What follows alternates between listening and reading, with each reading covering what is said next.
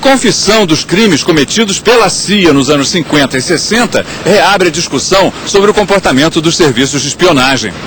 Como foi possível transformar uma agência de um governo democrático numa organização criminosa? A CIA contratou a máfia para assassinar Fidel Castro, assassinou outros líderes estrangeiros e, dentro dos Estados Unidos, grampeou opositores e jornalistas. O Sem Fronteiras de hoje pergunta quais devem ser os limites para os serviços de espionagem nos países democráticos. A tentativa de assassinato de Fidel Castro por ordem do irmão do presidente Kennedy, Bob, e a liquidação bem-sucedida de Patrice Lumumba, líder do Congo, num falso desastre aéreo, são apenas os mais picantes pecados revelados pela CIA. A pilha de 700 páginas de documentos, agora abertos, é conhecida desde os anos 70 dentro da agência como as joias da família. São os segredos do trabalho sujo feito pela agência de informações por ordem de vários presidentes americanos. O levantamento foi iniciado durante o escândalo Watergate e concluído pelo então diretor da CIA, William Colby. Ele ordenou que todos os esqueletos fossem retirados do armário. Os documentos também mostram que milhares de dissidentes políticos, jornalistas, opositores da Guerra do Vietnã foram vigiados e grampeados pelos arapongas americanos, o que é ilegal. O então secretário de Estado, Henry Kissinger, convenceu o presidente Gerald Ford a bloquear a divulgação dos documentos. E mesmo agora, 25 anos depois, eles estão vindo a público com longos trechos censurados. Assim mesmo, eles mostram o que acontece quando um serviço de informações destinado a espionar inimigos externos é usado contra a oposição interna. Um espelho americano do que faziam a Stasi na Alemanha Oriental e a KGB na União Soviética. Ao finalmente trazer os documentos a público, a CIA alega que hoje a agência mudou e não comete mais nenhum desses crimes. O Sem Fronteiras conversou em Washington com o analista John Prados, do Arquivo de Segurança Nacional, que analisou os documentos e escreveu a biografia do diretor da CIA, William Colby. How was it possible to turn an intelligence agency in a democracy into an organization that is almost criminal? That's a very good question, and it has to do with presidents and the demands that presidents make on the agency, and it has to do with the ambiguities that exist in American law, such that presidents were able to enforce their demands without agency officials being able to reply, "I'm sorry, sir, that's against the law, I can't do that." These documents show the part of the CIA in the assassination of Lumumba and in working with the mafia to kill Fidel Castro. What are the other highlights? I think the high points in these documents go to direct interventions by the security services in the political life of its own people. The agency's activities carrying out drug experiments on Americans, the agency's activities surveilling and following and infiltrating political movements in the United States, the agency's activities in what was an effective intervention in a political process in the 1972 election. This dossier was part of the effort in the 70s after Watergate to rein in the CIA. Could it be that the CIA is now again breaking the law? One of the things that's very striking about this document is that the parallels between the kinds of activities that we ruled not legal in the 1970s and the kinds of activities that are being carried out today are so close. The domestic side, however, the domestic versus international is a little bit different. These documents concern intervention in a domestic political process for the most part. What's going on today, for the most part, refers to that kind of activity broadened to a global, worldwide scale. On the other hand, these documents also refer to a type of activity carried out by one agency, the CIA, and the parallel is to similar activities today, no longer carried out by one agency, but broadened across the entire American government. So we have similar things happening, but in a sense, a more sinister kind of situation, because a type of activity that was once contained within a small elite, let's call them that for the moment, that you might have hoped to control, are now being carried out across a broad swath of government agencies.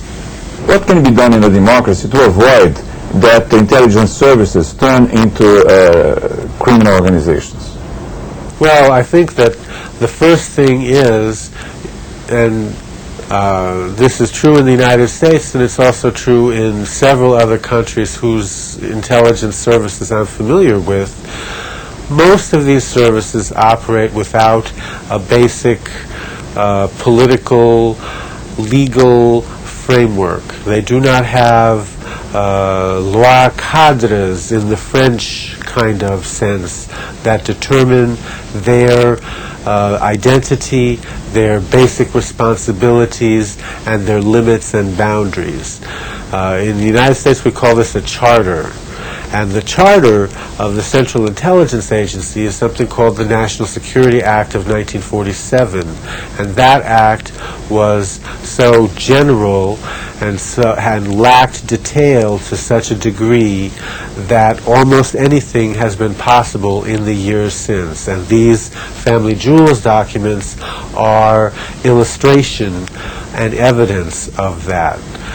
There was, at the time of the investigations that these documents contributed to, a push in the United States to have such a new basic law enacted, a so-called charter for the Central Intelligence Agency. But efforts to pass such a charter were defeated. They were politically defeated in the U.S. Congress. They were briefly supported by the President, but then opposed, squarely opposed, in all the instances in which charter legislation has been proposed.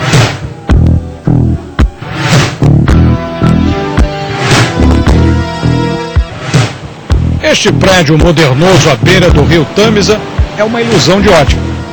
Ou era, até o primeiro-ministro John Major, nos anos 90, reconhecer publicamente que o prédio de fato existia e abrigava o que até então não se reconhecia oficialmente: o Serviço de Espionagem Britânico no Exterior, ou MI6, mais conhecido como o local de trabalho de James Bond.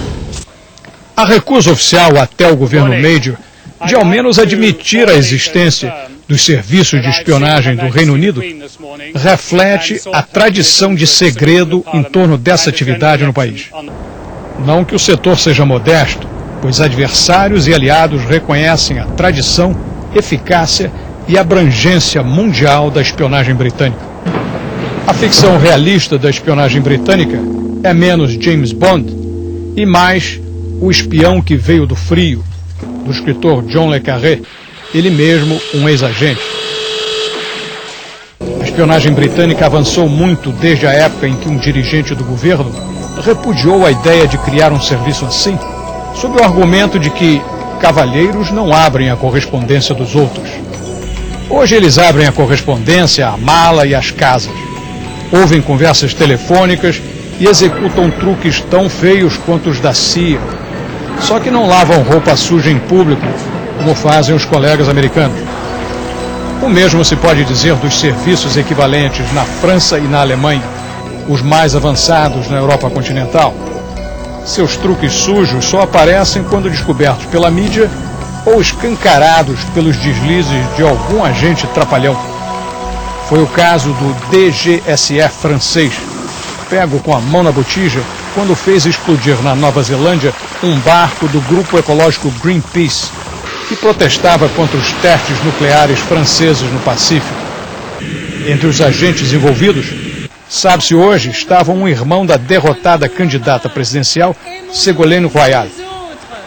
O serviço alemão, BND, não é menos cercado de segredo, e seus vexames maiores envolvem as rasteiras que levou pelo adversário vizinho, a Stasi, da então Alemanha Oriental ou comunista, que conseguiu se infiltrar até no escritório do então chanceler primeiro-ministro Willy Brandt, que renunciou por isso. A Stasi, de fato, ocupa uma categoria especial entre os serviços de espionagem.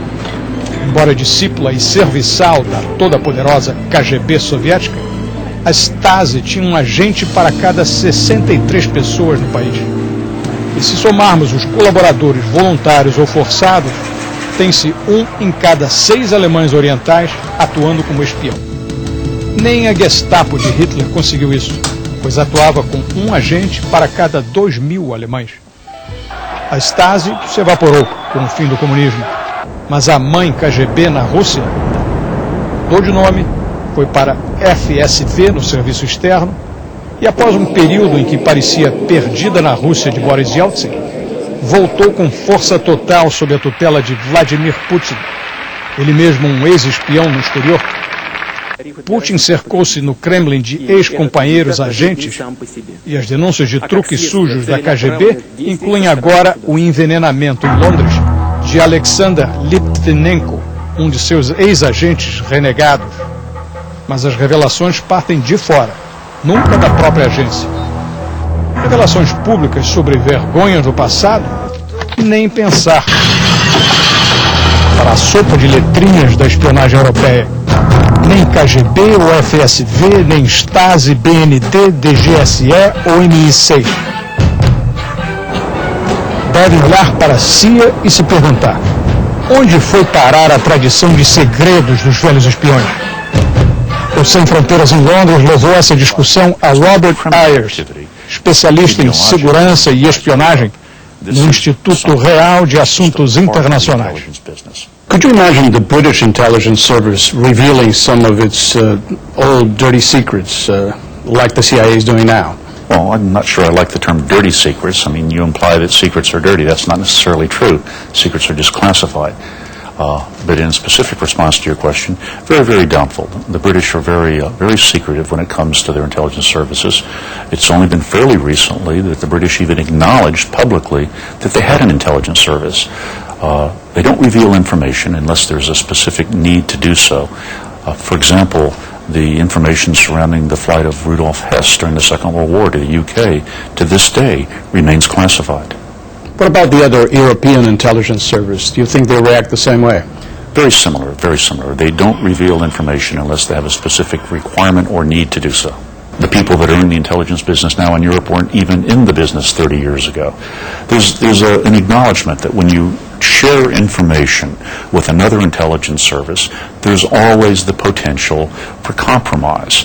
When the British had the terrible case of the embedded spies, the Burgess, McLean, Philby, and Blunt, a lot of information the U.S. was sharing with the British were being revealed by these back to the Soviet Union, and in consequence, we had our own problems in the United States. Aldrich Ames was revealing information that had been shared with the U.S. by other intelligence services, and he was revealing that back to the Soviets.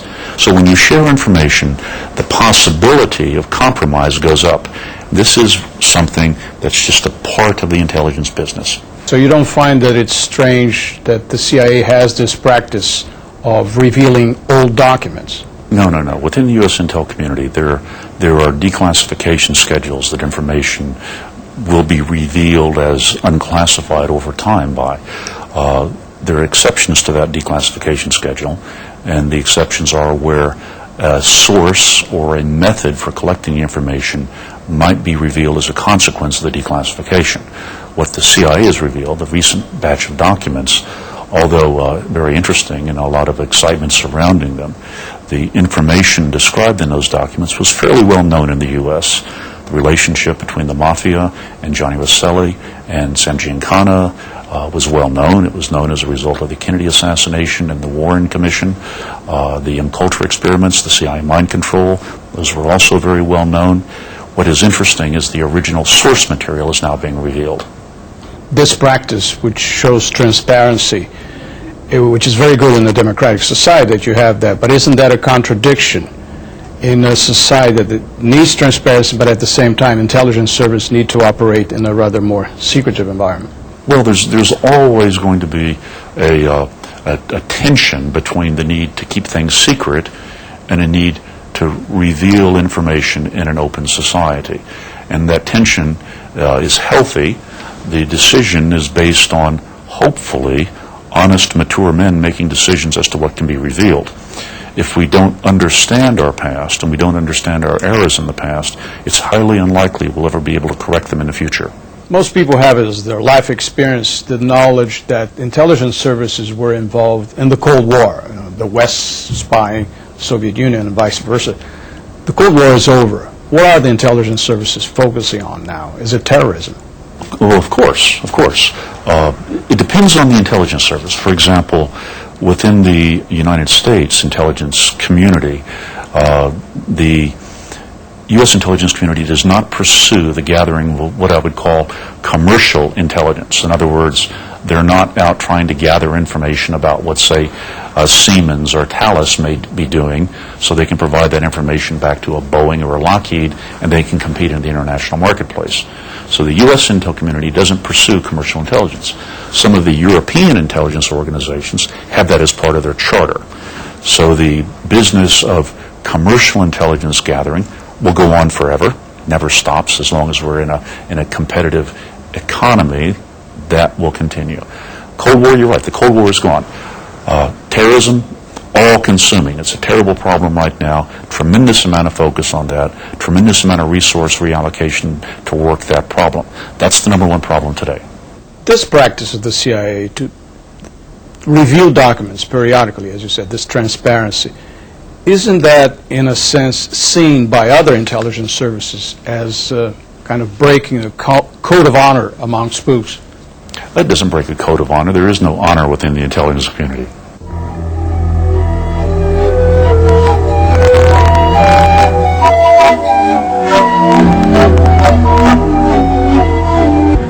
Ao contrário do que acontece nos Estados Unidos e na Inglaterra, o Serviço Secreto Brasileiro pode espionar tanto dentro como fora do país. Mas a tradição é a segurança interna. Em linguagem mais direta, vigiar os movimentos de oposição. O general Golbery Couto e Silva foi o mais importante mentor do serviço secreto a partir dos anos 60. Ele fundou o famoso SNI, Serviço Nacional de Informações.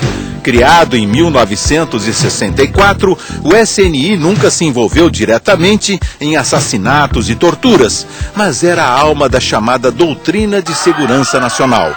E por isso virou a sigla mais identificada com os anos duros do regime militar.